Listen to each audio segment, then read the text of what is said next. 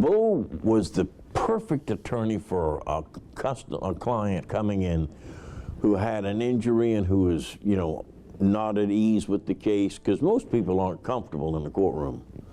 And Bo just had a way of making you relax. He had a style about him and a personality about him that when people came, no matter how nervous they were, he could get the best from them because they calmed down when they spoke with Bo.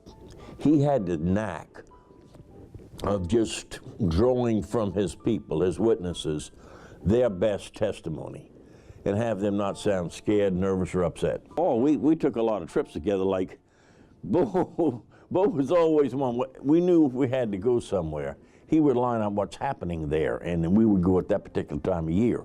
I mean, we had to go to Florida to take some people's depositions who were doctors. Well, Bo didn't want to go to Florida when it was just hot Florida.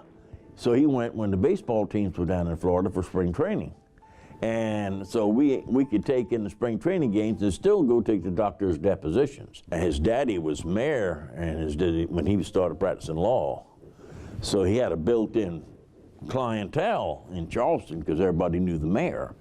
And they knew his son was practicing law, so the Morrison and Morrison firm, he would tell me stories about how he'd have them lined up around the block after a big accident because all the police would say, if you need a good lawyer, you go to see Mr. Morrison. He was truly a family man. He worshiped his family. He gave parties for people, like when Fritz ran for the Senate, or when Fritz ran to be president of the United States.